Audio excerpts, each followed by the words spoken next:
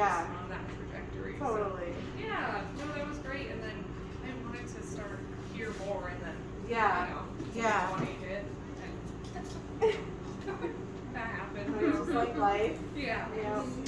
So I'm excited to get back up again. Totally. Well, we might have a few people that still, trickle in. Okay, yeah. Do you want to start? Yeah, I think we'll go ahead and get started. Yeah, let's do it. Yeah, I want to thank all of you for being here tonight. I know the weather has been kind of sporadic, and it might pour rain tomorrow, apparently. Ooh. But as we get closer to real spring and summer in Bend, we all get out hiking. That's the whole reason we're here. So I want to welcome you to the Roundabout Book Thursday Author Night. I'm Julie, the events manager. And just a quick reminder about some upcoming events. So next Tuesday, international author Dervla McTiernan is actually joining us from Australia via Zoom, and we're going to live stream it here in the store. She writes thrillers. The newest book that comes out on Tuesday called The Murder Rule is about a young lawyer who gets a job with the Innocence Project, and like kind of what can you know and what can you tell people, and it sounds really, really cool. So you can join us via Zoom or here in the store for the live stream. And then always check our website for upcoming events, book clubs, shipping of books. If you're not comfortable coming in the store, we're still doing merch pickup. And tonight's event will be on our YouTube channel tomorrow.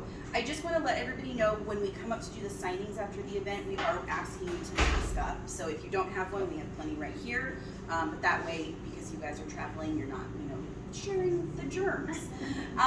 But now the reason we're all here. Fat Girls Hiking! So I love this blurb. Ms. Magazine says, "I've been waiting for a book like this. Summer has blessed us with this invaluable volume full of trail reviews, advice, stories, and profiles alongside beautiful photographs." So I have a feeling most of you know these people, but I am going to say their bios for everyone on YouTube as well.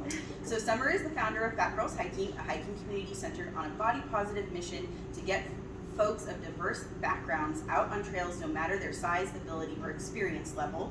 With more than 24,000 Instagram followers and 29 and counting official chapters across the country, including Bend, Fat Girls Hiking continues to grow by the day.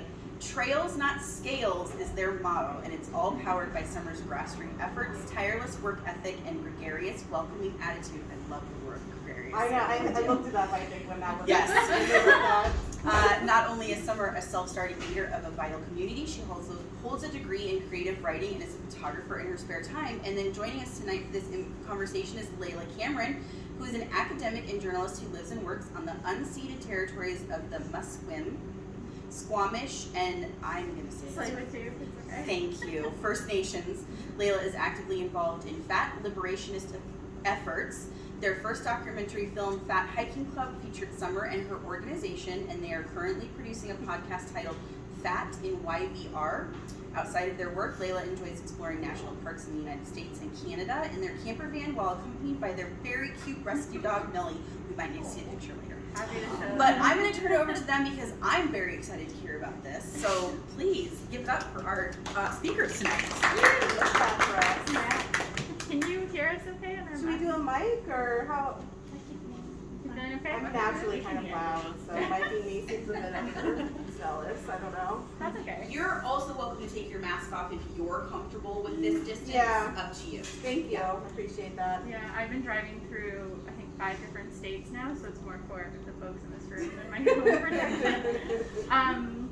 But as Julie kindly introduced, I'm Layla, and I directed a short documentary about Summer and Fat Girls Hiking.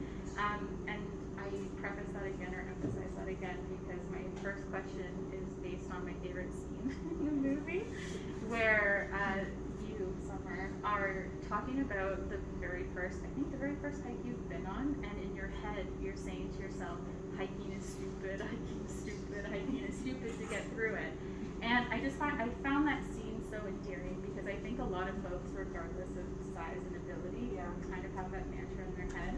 So I'm curious, how did you go from saying in your head, hiking is stupid, to then, writing a book about hiking? I know, it's kind of wild to me that they even let me write a book, to be honest. Like I had no experience when when I first started Fat Girls Hiking, I just started an Instagram account, and because my girlfriend at the time would like just surprise me with a hike, and we would drive somewhere and she'd be like, let's go for a hike, and I'm like, I'm wearing like tights and a mini skirt, and I don't think it's appropriate, but so yeah, I would be like, ugh, what am I doing here? Like I just felt like I didn't understand it, and then I don't know. I honestly don't know what happened. Like there was something that shifted for me. I think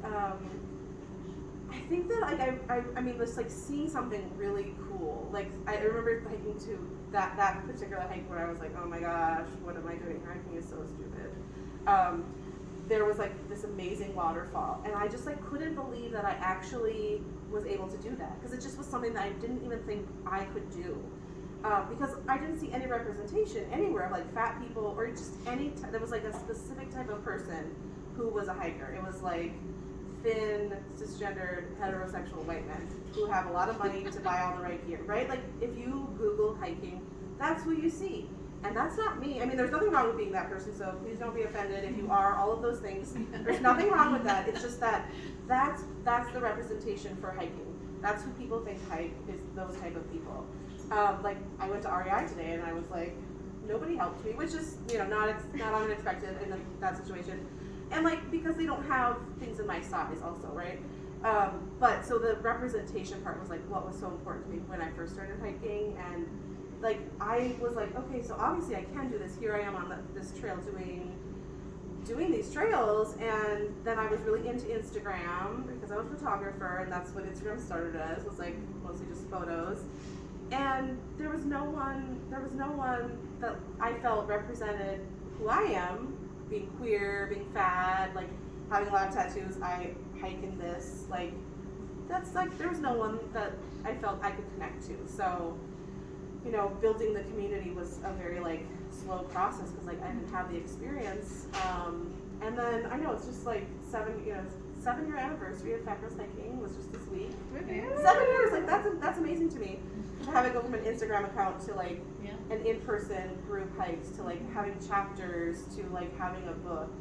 It's like not even what I imagined. I just wanted to feel like I could hike with people who would accept me, who wouldn't like be weird that I was slow, you know, and I guess like I created the thing that I needed when I first started hiking. Like if I had, you know, some obnoxiously bubbly person in colorful clothes being like we're just gonna take a look at this moss right here, just the way I am when I lead hikes. It's like we're just gonna really like honor our bodies, and like it doesn't matter if we're slow, and like that's what I wanted, I guess, when I started it. You know, that's like, was that even your question?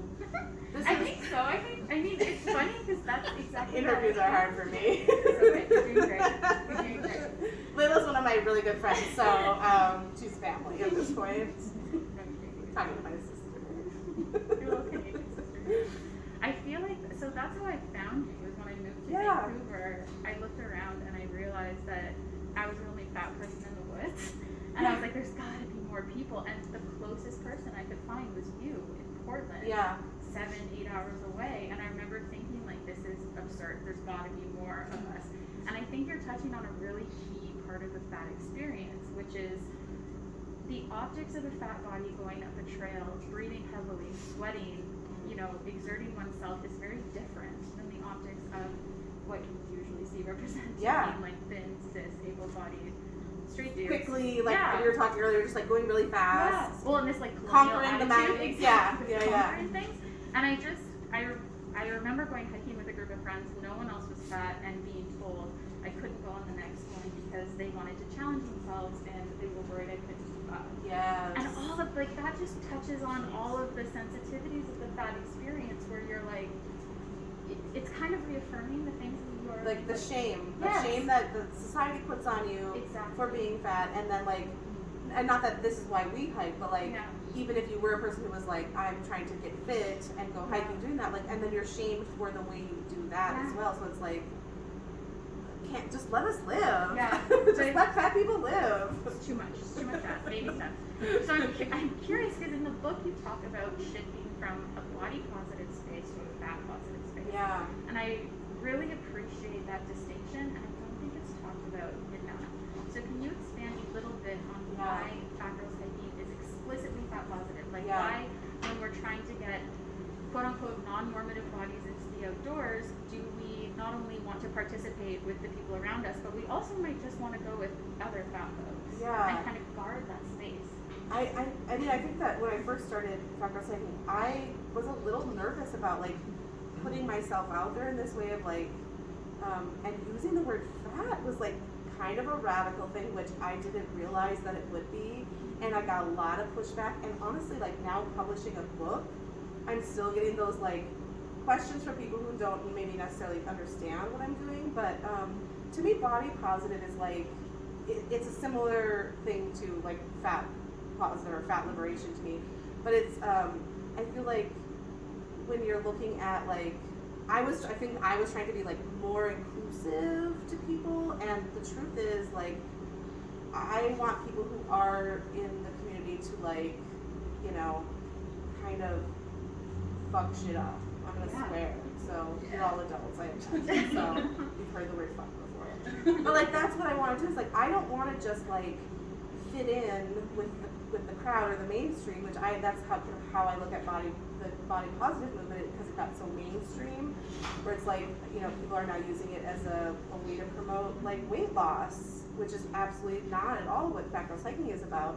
And so like using more explicitly using the word fat liberation or like even body liberation, it's like having, like you said, like a kind of a sacred space for fat people. And like I always say, like all bodies are welcome, like, you know, thin allies, awesome, because I think that like a lot of times thin allies will show up with their fat friends, and like their fat friends like want to have like someone there to sort of like support them, and like, so I think that's fine. But I think that the center of the space should be for fat people, because that's really what it is to me, you know. And I think that is still a radical thing to ask. Yeah. That it's like a fat exclusive space, but I'm not there. Like I don't think I need that. Like personally, like you know, I have friends of all sizes, but like with the understanding that like, you know, we don't talk about diets or weight loss or you know, hiking or exercising to like lose weight or any of that kind of stuff. And so that's really important to me, is that anyone who comes to the space like has that understanding, at least, you know, like the bare minimum, right? Yeah, no, exactly. So the book is, for those of you who haven't read it, there are quite a few community member profiles, and one of them, I can't remember the name of the person, but they talk about how Mia Mingus, who is a disability justice advocate, talks about how in our social movements, and I might be butchering the summary, but in some, that our social movements need to prioritize the most marginalized at the center of everything that we do. And while I appreciate hearing that you are fine hiking with folks of all different sizes and abilities, for me, I still feel very strongly about centering fat folks, and particularly super fat and skinny fat folks in our spaces. And I just don't think we're there yet for like mixed size initiatives without having those little thoughts and implicit biases sort of like bleed in. Totally. And it lends itself nicely to another question I have for you, but you kind of alluded to it a little bit in terms of being in an REI today. But I'm curious. I'm sorry, I'm always calling REI out. And you know what? I think it's fair. I think it's fair. We could probably call out every outdoor recreational. Or like in Canada, it's MEC is the one, right? Don't get me started on It's like the Canadian version of REI. Or Lululemon is like the Vancouver. I have a meeting with them in a few weeks, and I'm like, well, buckle up. Like I'm very skeptical, and I think that's, you know, decades of abuse. You can't blame people for being like, what are your intentions? Because are you just realizing that our money is as green as everybody else's, or is this, you know, what's the word, sincere? And I think like you and I both did a modeling gig for Columbia. That's right. And I don't know about your experience because we were on different shoots, but personally, it was kind of amazing how differently I was treated than the straight size models. Oh, we had the same experience then. It was it was disheartening. And you talk a little bit about, or you talk a lot in the book about gear and accessing gear and finding things that work for your body. And I'm wondering if you could expand a little bit more on the shifts that we're starting to see in outdoor recreational culture, but also the things that you want to continue to demand, that you feel like are still lacking or they're still not getting it. I mean, yeah, I don't usually take sponsorship. I don't know if you all follow me, but I feel a little bit like a sellout in some ways. I did take some sponsorship so I could do this tour because that was what I needed. But like for me, like my demands are like that brands, as far as like gear, outdoor gear and brands, that they don't stop at a 3X. I think a lot of brands will go to a 3X, which isn't a true plus size usually, and they're like, oh, we did such a great job. They really pat themselves on the back for it. And then they have no like plus size models in their website or like social media, and so that would be another demand, is like that their plus size models actually wearing the clothes in the sizes, not just like the smallest plus size. And then like we also have, like I think that a 6X, if you have a 6X, I think all brands should go to 6X. That's at the bare minimum to me. But even like 4 or 5, like 67% of the population U.S. population is like above, like 18. That's the average, or above, right? So like that's a huge population that they are not serving, and it's like just a shame to me. So it's like it's not. I think it's not that hard. Like you can do it authentically. You can hire people. You can hire people as consultants to, like tell you what's good, tell you how to do it in a way that's authentic and like that you're connecting with these communities, because that's what we deserve. And to not have it just be like we're, like a token. Like, I mean, I feel like a lot of times I feel tokenized anytime I've been approached by brands. Like, we want, your stamp of approval, but we're not gonna post in our feed any fat people. So I don't know. I just think it's like, it's actually not that hard, I think, to be like authentically inclusive to fat people for brands. Yeah. You can have more sizes, which I understand takes time. Speaking of Colombia, when I first started freckles making and I met with them, they were doing all these things, and this is 7 years later, none of that has changed. So it doesn't take that much time. Yeah. I know it takes a few years, but more sizes, more representation, consulting with actual fat people to make sure you're doing it right. And I think that that's not that hard, especially if you're a big brand. You have the money, it's there. If you really want us to be in those spaces, you will put us in those spaces, Yeah. and not just in the background, which was the Columbia experience for me. I was in the Yeah. ugliest outfit that I would never wear in real life. Yeah. I'm sorry, tan shorts and a polo white shirt.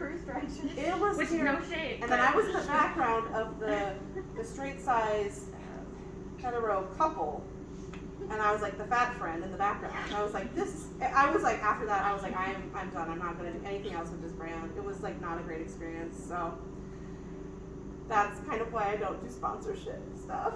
And because I don't have good experiences usually, because I don't feel like they really authentically know how to do it. Yeah. I think that's like the cruel irony as well, is that fat people are constantly told to exercise and to be active. Yeah. And I'm constantly thinking, what would you like me to wear while I do that? It's illegal to be naked in public, and I don't want to wear a garbage bag. Unless you're in Portland. Yeah. Oh, really? It's not like illegal, because there's I mean, Make it Portland. right. Yeah. Okay, fair enough. Thank you. Yeah. Like I think in Canada there's like topless laws that are a little questionable, Yeah. but for the most But part, most have to- places you can't be Yeah. naked. No, exactly, and it just feels very cruel to be like, okay, well I would Yeah. like to. What would you like me to wear? And then Yeah. the few options we do have are usually, at least for myself, like they really age me, or they're just like not really in style, and it feels Yeah. very insulting and cruel. And Yeah. I think I went to every Columbia factory store between here, Arizona, Utah, California, everywhere. Did you? Because we don't have it in Canada. Okay. And I don't want to pay duties and shipping. Sure. And they had maybe 2 plus size items Wow. in these huge box stores. Wow. And I kept thinking, like, I modeled for your company. Yeah. And I can't find anything in store. And Right. I think it's almost like how insidious fat phobia is, fat stigma is, that they still don't want our money. As a Yeah. corporation whose bottom line is to make money, Right. it would still be more offensive for fat people to be seen wearing your clothing than it would be to take our money. Which is And wild. that is the truth. I think, especially for I mean, and not just outdoor brands, it's like all of fashion really is like that. It, like designers who have literally said that I will not sell over this size because, you know, they don't want to see like fat people in their brands. Lululemon, they literally said our pants are made for you. Gross. We don't want them anyways. No, thanks. Yeah. Yeah, it's very depressing. Tina was wrong. Wonderful. And it was founded by a plus size woman I didn't know that. That Yeah. kind of makes me sad. in Portland. Yeah, Wow. the sad truth. Well, I mean, they still have time to like get their shit together. Like that's what I feel like any brand. Like, don't be disheartened by getting called out by fat people. Just do better. Like it's okay. You're not doing great. You haven't done great for fat people. There are two experiences of like not great experiences. Yeah. Like moving forward, like just do better, and you can. There's still time, you know. And in the future, I would probably buy from them if they did, you know. Yeah. Totally. I might not promote them on Back Girls Hiking, but I will wear it. As long as it's fashionable, I don't want to. Yeah, it's not like a white polo shirt and tan shorts. It was so bad, and the worst part, they asked for your sizes beforehand. They gave them my shoe size, and they brought hiking boots that were 2 sizes too small. Oh my And gosh. so I had to do this like 5-mile hike. Oh yeah, in you these did like an boots. intense It was hike. brutal. It was, but I think that's part of the fat experience too. Is that you're told that you should never be comfortable. Yeah. Because if you're comfortable, you're not going to be pushed to change. And I Right. think that is Yeah. kind of one of the underlying attitudes of all of this is how dare you think that you are worthy of comfort. And that's what I appreciate in the section on gear and packing a bag is you talk Yeah. about things like chub rub salve, or you talk about having a hip strap on your backpack. And these are things that I think people sometimes, fat folks sometimes need to be reminded that like you deserve to advocate for yourself, or you deserve to be comfortable when you're out doing something and you're supposed to be having fun. I mean, Yeah. it's not exercise, No, it's it's supposed to be punishment. It's so true. It's so true that I never really thought about it that way. That we're in that way. We're sort of like told that we don't deserve to have comfort, and I mean certainly not in the same ways that straight size people do. Because I mean it's pretty mind-boggling to like I don't know if y'all do this, but like whenever I see a brand, it's usually like an ad on Instagram or something, and I'm like, okay, well they call themselves inclusive, and I'm always like, oh, okay, we'll see if they pass my test, and so I go to their website. And then I look at the sizes, like, okay, sometimes it's like, okay, cool, like, you know, but then it's like how many items they have in like straight sizes versus how many items they have in plus sizes. I'm like, I don't know how you think you're inclusive, and why are you even using that language? Because this is not defined to me as inclusive. Like, why are you giving yourself that title? I feel like, you know, like the term ally, I think is the same. Like, we give that title to you. You don't just get to say that you are. And it's an action. Yes. Allyship is an action. Yes. One of the things that you and I both find a lot of comfort and joy in, though, is van life. And I think that's another area of sort of, I guess, outdoor culture. Yeah. That is also very whitewashed. It's very thin. It's very, if you look at any Money. of the, yeah, exactly, a lot of money involved. And I'm curious what your experiences of van life have been, how it's impacted your work with Fat Girls Hiking, but also how it impacted the writing of this book. Oh my gosh. So, yeah, I mean, so van life was sort of like this safety place for me to like get away from an abusive relationship.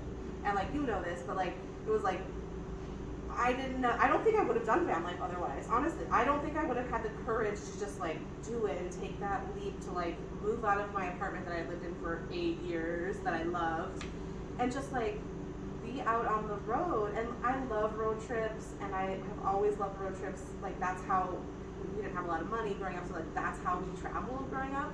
And so there's like such this like feeling of home for me being on the road. And I've like forgotten all your other questions because of like the way my What was brain it like works. writing a book out of a van? So it was really fun. I don't know, it was hard. I went to a lot of dive bars. This was like before the pandemic. I love a dive bar.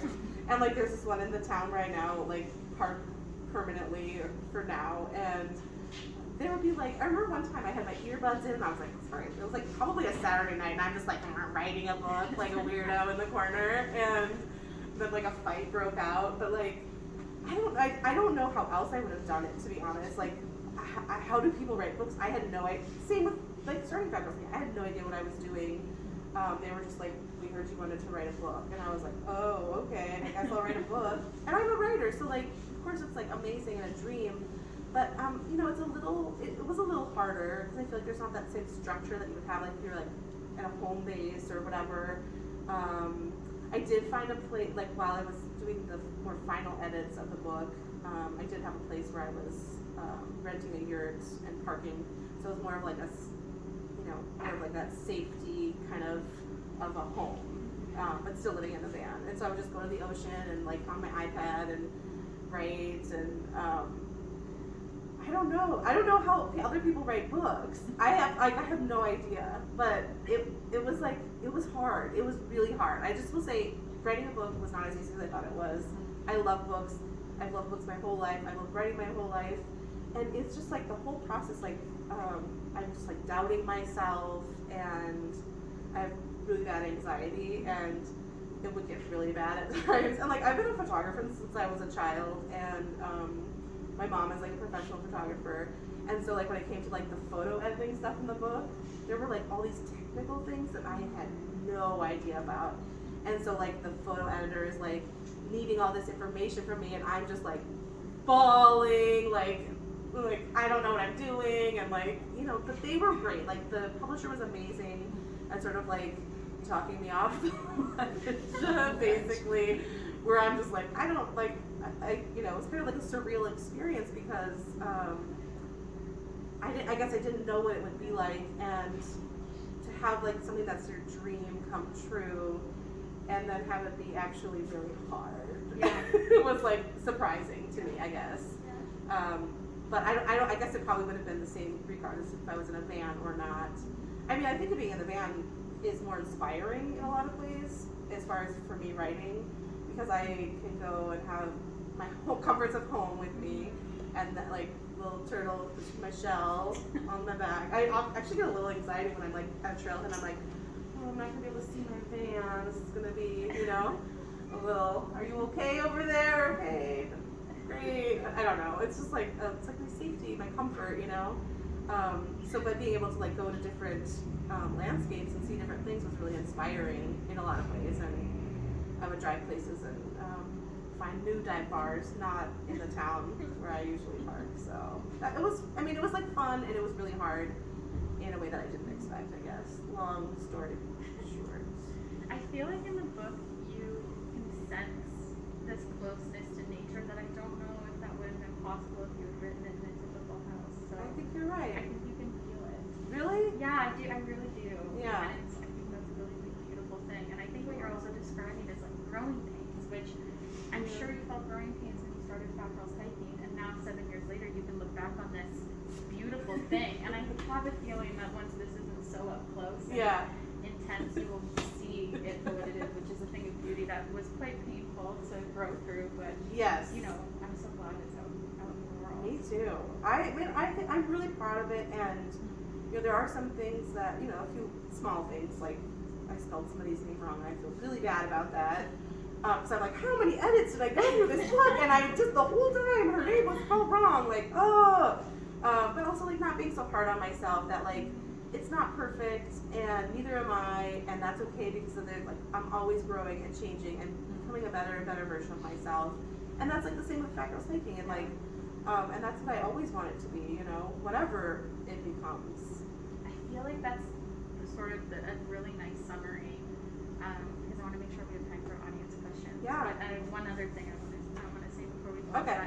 But I do think that's a really nice summary, sort of the overall sentiment of like Fat Girls Hiking in the community is that it's never going to be perfect, but it's important that you do it if you want to. Yeah. And you talk a lot about how you don't need expensive things to go hiking, or Totally. you don't need obviously to look a certain way or what have you. And I don't know that that had ever crossed my mind before I met you.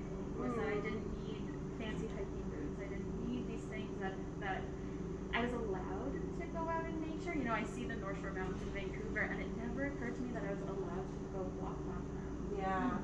And I don't know why, and maybe that's because I never saw myself Yeah. in the representations of who did do those things. Right. But I appreciate that sentiment of that it's never going to be perfect, and it shouldn't be. Right.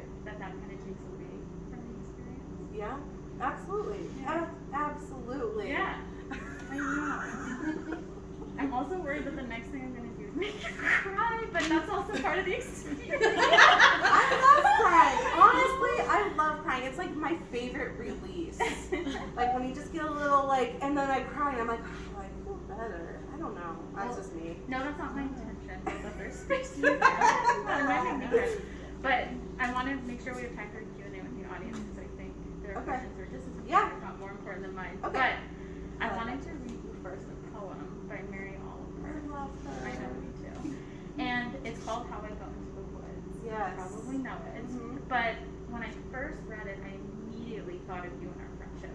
Because nature and hiking has always been a very private thing for me. At least before I met you. Because it was where I could go and like connect with the earth and also with my body and know that no one was watching me. Yes. So I needed that solitude Yep. and that isolation. But then when I discovered Backgrounds Hiking and when I met you, it just like completely expanded my relationship with nature. And I think I'll like always be grateful for that. Oh. So I wanted to, it's gonna make me cry. But I wanted to read this love because I think you. it's really special. Okay. Okay. So this is Ordinarily, I go to the woods alone with not a single friend, for they are all smilers and talkers and therefore unsuitable. I don't really want to be witnessed talking to the catbirds or hugging the old black oak tree. I have my ways of praying, as you no doubt have yours. Besides, when I am alone, I can become invisible. I can sit on the top of the dune as motionless as an uprising of weeds until the foxes run by unconcerned. I can hear the almost unhearable sound of the roses singing. If you have ever gone to the woods with me, I must love you very much. Oh. And that just made me think of you and your organization, and I think that that's how a lot of people feel. Yeah. And that is it is such a beautiful feeling to feel, to be connected to yourself.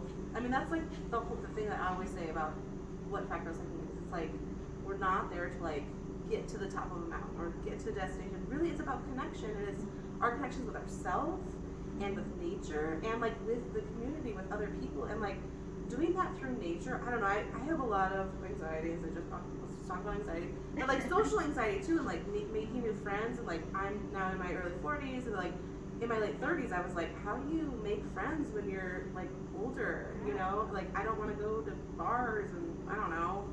That's the way I used to make friends, and so this was like a way to like, it's like connection is at the core, and I feel like that allows for a different kind of friendship. Absolutely, it's just like being together in like a outdoor space, and like I am such a nerd. I am the biggest nature nerd, so it's like, let's pet some moss, and like, oh, look at this cool flower, let's take a picture of it so we can look it up later because we don't know what it is, or just like whatever. It's like it should be special like that. And I think that's like the whole thing for me is like allowing people or giving people permission to have so they can know that like the outdoors are for them and that space is there for them, because we need more people to advocate for nature, for our planet. And I think the more we give people the openness of like what background hiking community is about, then they are going to like, if they care about nature, they're gonna fight for it, you know? You can't be stewards for the land if you don't go outside. You know, no, I mean, it's hard when you live in a city. Like, I know that because I lived in cities for 20 years. So it's hard to feel that same connection in a lot of ways, but you can connect nature in your yard, right? Or either, like, even in, like, I was in San Francisco recently for another book event, and I was like, okay, well, like, if I lived here, how would I connect to nature? And, like, the first thing I did when I got off the bus stop, I got a bagel, because it was the city, and I was like, you're gonna have good bagels here. I love a bagel. And I was like, I'm gonna find a little spot to sit down. I found this tree with these really cool roots, and I sat on the roots of this tree and like ate my bagel. And I was like, I mean, you can find nature wherever you are. Most, even big cities have good nature spots. I think but there is something about like that invisible feeling of being like in the woods, and that is some people are scared of that, like, and I probably was too. I mean, I guess I still am sometimes, and I think that's okay. But it's like something I think is worth experiencing. Yeah. You know, just to be. And I think of Mary Oliver a lot because there's this interview I like listened to her. She was on this podcast, and she, like before she died, on Being, if you want to look it up, great podcast. And she talked about how she would write, and she would just go outside with an open notebook. And like the idea that like that's all you have to do. It's like really just, and I think about this a lot. Just how I like to just sit outside in a chair. I mean, I love watching the waves at the beaches. I'm obsessed with the ocean. That's my wife. And just observing, just like, and then being curious. I think those are two really important things that we're not like, especially as adults, like just playing outside, being like free, not worrying what people think about you and what you're doing. It's just like having fun outside is really important, If any of you haven't been out in the woods by yourself, 10 out of 10 recommend. Yes. If you haven't been out in the woods with a fat girls making shop here, 11 out of 10 recommend, and the local ambassadors here as well. Yeah. But I want to open it up to any questions you might have for summer to make sure that I'm not doing all the talking. Anybody? I like that you talked a lot about like infinifats and super fats and like inclusivity Yeah. for them with both hiking and like clothing and stuff. Yeah. Have you found any brands that you feel like do have good like inclusivity? Because I feel like Yeah. even some of the brands now that are going up to 6X, it'll still be like a junior 6X. Totally. Yeah. Not a So true plus. like Yitty, the new Lizzo line. I've heard some things. Yeah. So just curious if you have. I honestly really love Walmart. It's a controversial pick, I know, but I'm poor, so that's what I get. Totally. Walmart leggings. I'm not promoting Walmart. Also, like, I I understand understand that sponsorship. they are a very problematic corporation for many reasons, but like when you don't have a lot of money, like you just do what you can. But I have found they have pretty good. Super Fit Hero is like probably my favorite brand ever. Like as far as inclusiveness, like they were a brand that went up to size 6X from like extra small, and then they became exclusively plus size because that's the market that they really want to be there for, essentially. And like in their representation, like everything is spot on. They are like my favorite. They do leggings and shorts, and I think they started doing some sports bra kind of things and other sort of like fit, like compression tops and things like that. So I love them for that. Old Navy just expanded to I think size 32 or 36, Yeah. and you can find it in stores. You can try Oh, it on. cool. Because Yeah. I know they expanded it up to like 28 in stores, but then I heard they went back on that. Reduced Oh, it. Not Right. in Canada. I don't know about the States though. Okay. Yeah. That's So, good. yeah, I'm not sure about that. Alder as well goes up to a 6X. Although I will say that the companies that go to a 6X tend to be quite expensive. And I think that for fat folks and other marginalized groups, like you don't get the option of ethical consumption, which is why I think it's fine to promote Walmart because Yeah. if that's all that's available to you, that's all that's available to you. And like I said, you can't like come on an event ticket, at least I don't think. So you need something. So sometimes I think that there's this term of fat pass where it's like usually it's a derogatory term where it's like, oh, I got a fat pass because I'm nice and funny, so my friends forgive me for being fat. But I think I would almost use it to be like fat people get a fat pass in terms of don't put too much pressure on yourself to consume ethical outdoor gear because chances are there isn't any. Yeah. And that shouldn't hold you back from participating. It's not your fault that there's no access to it. Yeah. So just to add that caveat onto the Walmart recommendation. I don't think there's anything wrong with it. And I have parked my van in plenty of Walmart parking lots. Same. And felt very comfortable and safe, so yeah. Torrid as well, I think goes up to a 6X. I really love their leggings for hiking, but they are a little pricey. I was thinking and then, but I don't know about masculine center clothing actually. Well, and I took like my rain gear, my outerwear is all like men's, and that's I still have not found like what I really want. I mean, honestly, I would love to one day like design some stuff for outdoor gear. Like that would be. It would Maybe look like. that's your next chapter. Maybe. Yeah. I'm still thinking. I mean, yeah. That's. I mean, why not? I went to school for a year for apparel technologies. Yeah. I didn't get my degree because it would give me any more student loans. That's another story. But so I have some experience, and also I think I dress pretty cute. Yeah. So I like my style. It's very colorful. So I just want more stuff like that. Colorful in my size. You know? Yeah.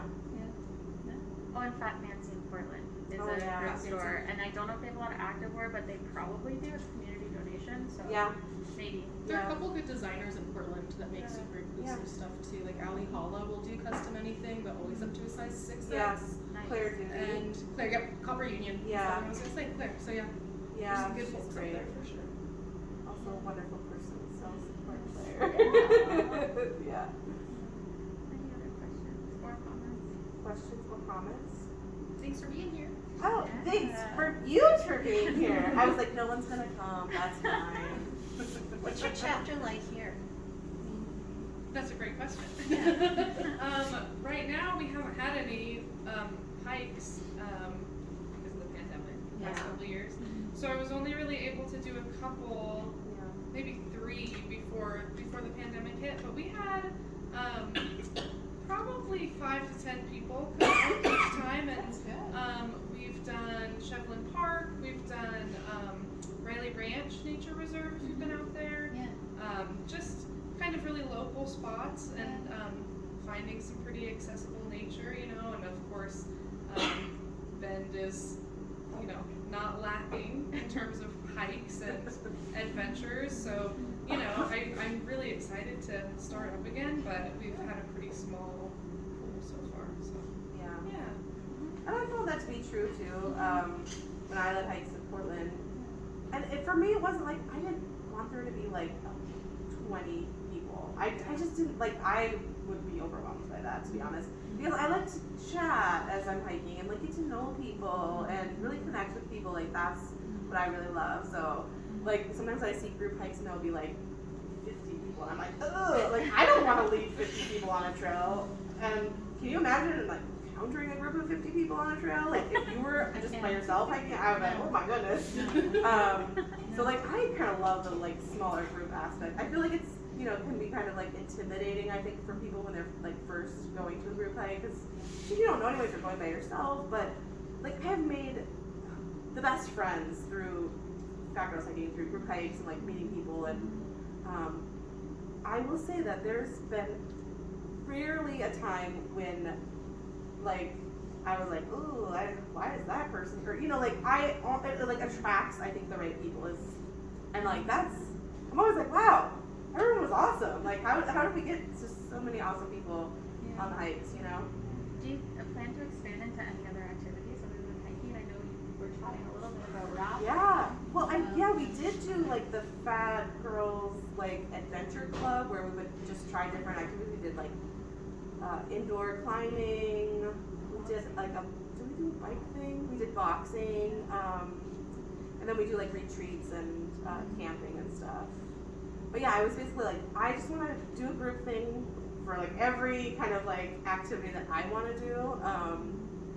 We did a couple of lake days before the pandemic, and we had like paddle boards and kayaks and stuff. Because I think it's like, if you're a fat person, you've never tried something, hiking or whatever, especially in the outdoors, it's like, it's nice to have like a group of people that are like supporting you and like encouraging you and not being like, shaming you or making you feel bad for your body. I feel like that's essentially. maybe, I think, and I obviously don't speak for all fat people, but part of the fat experience is sometimes public humiliation.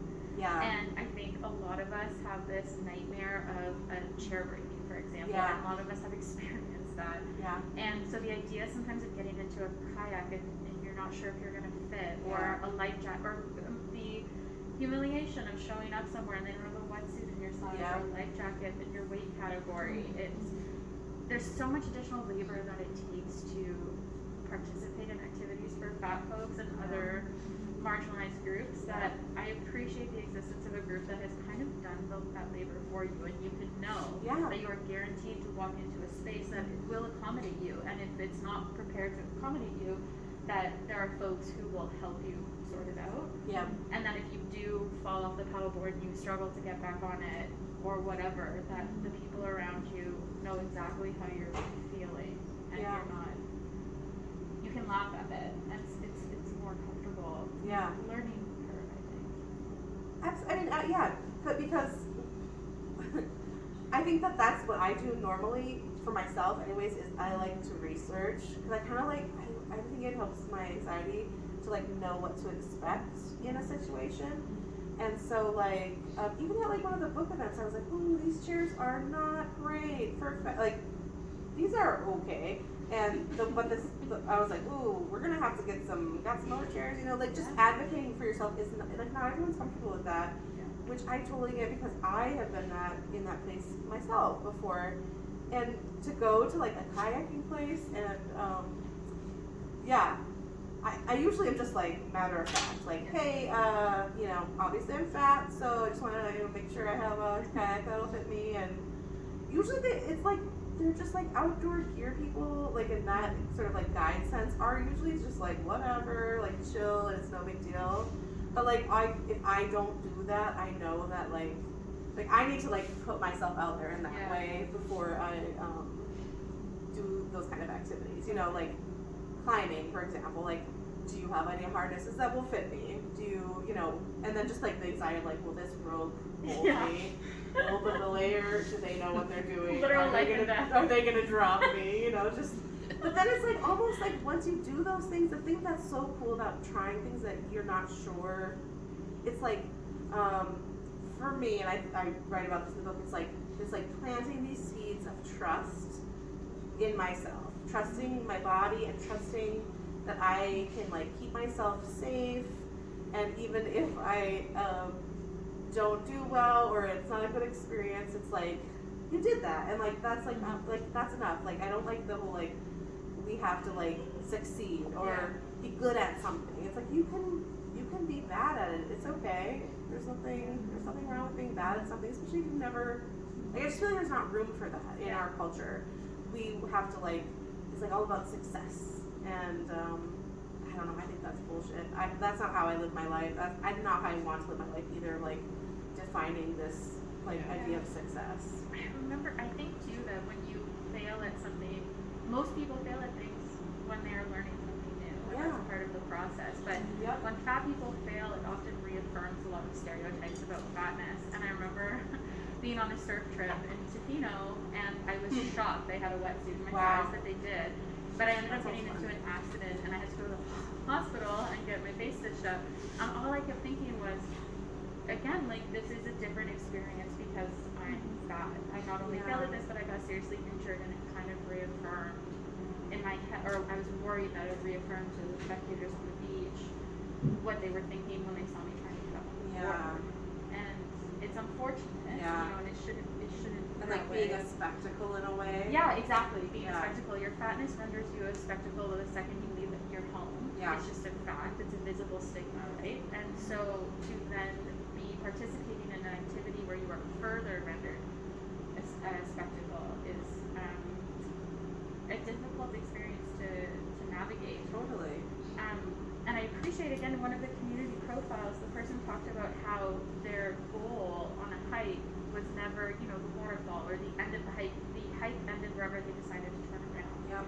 And I think even just adjusting our expectations of these experiences and what these things even are and what they mean. Like, did you still go surfing even if you didn't get up on the board and you ended up in the hospital? Like, yeah, technically you did. And it's like, and the idea of like that it has to be successful. Like, it was still successful, right? Exactly. Because regardless of it, like, if it didn't meet your expectations or not, right? Exactly. Even still, like,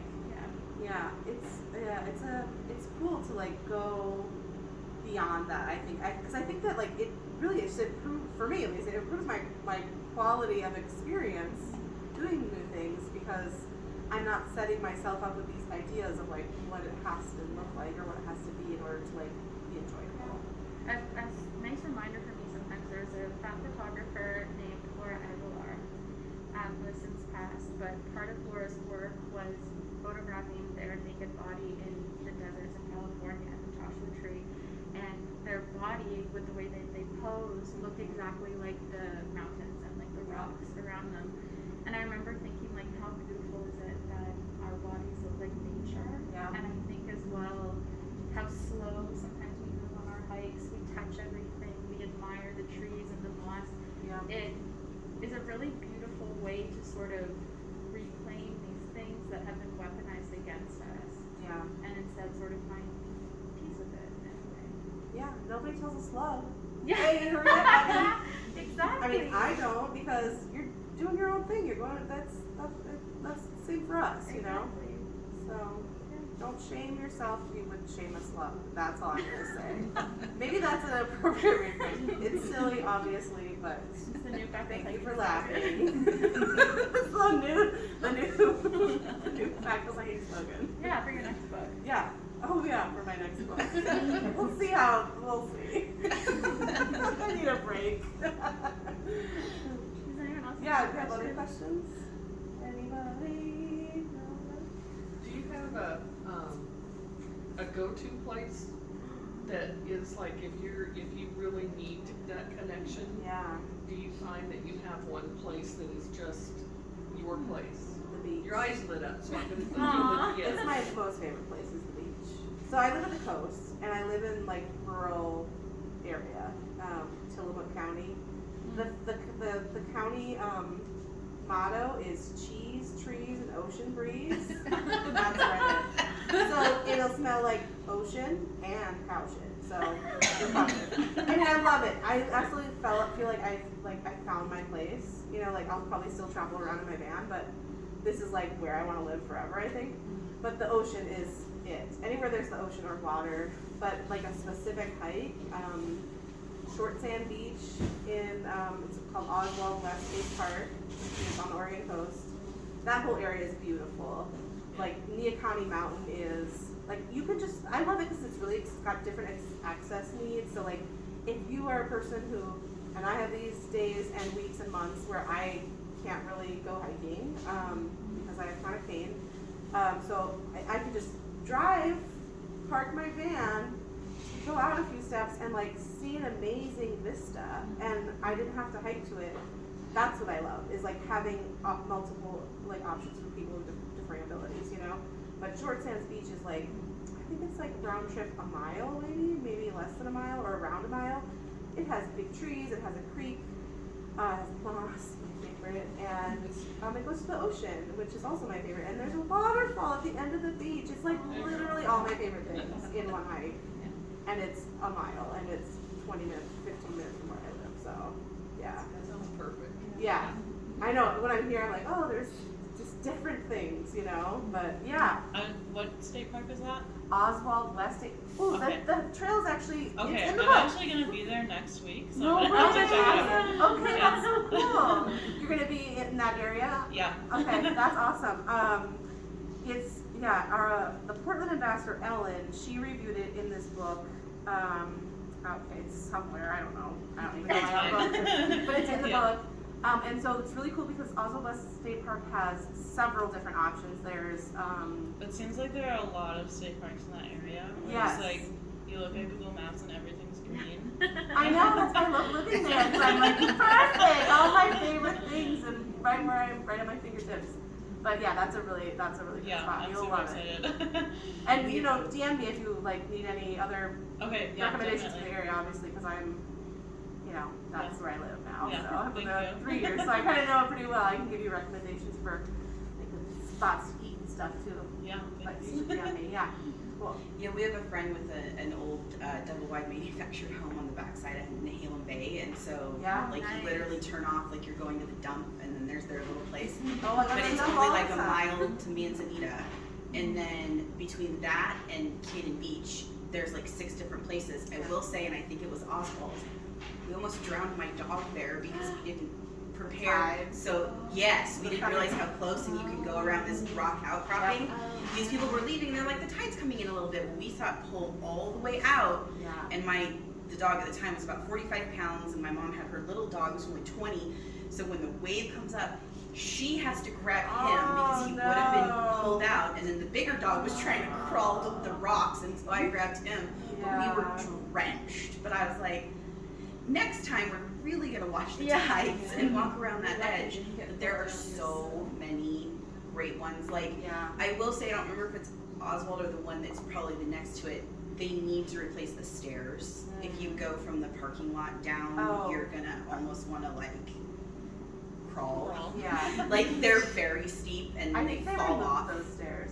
Yeah. I don't think they're there anymore. Yeah. I think I know what you mean. Yeah.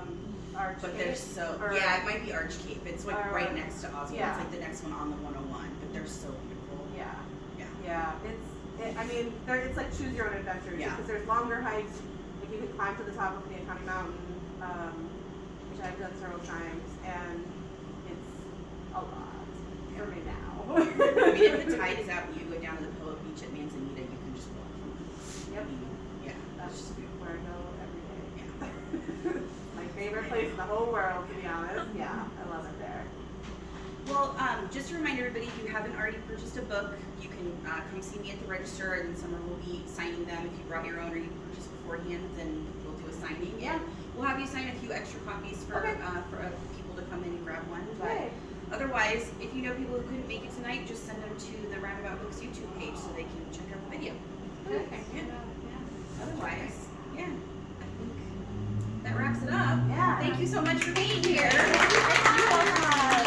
Yeah, thank you both for traveling to Bend, and we hope to have you back maybe another time. We'll actually be able to like actually. We were just talking about schedule something. Yeah. I want to do the Fat Girls rafting, and you can be our guide. Yeah, summertime or something. Yeah. Right? Yeah, when it's not raining, because it literally. I know. I've been watching. I'm like, the sun is out, and I see And it's just raining. raining. But that just means there's a rainbow, so like I'm okay with that. Right. I can see a rainbow. That's cool. Yeah. All right, I'll get this. What was that? Hour?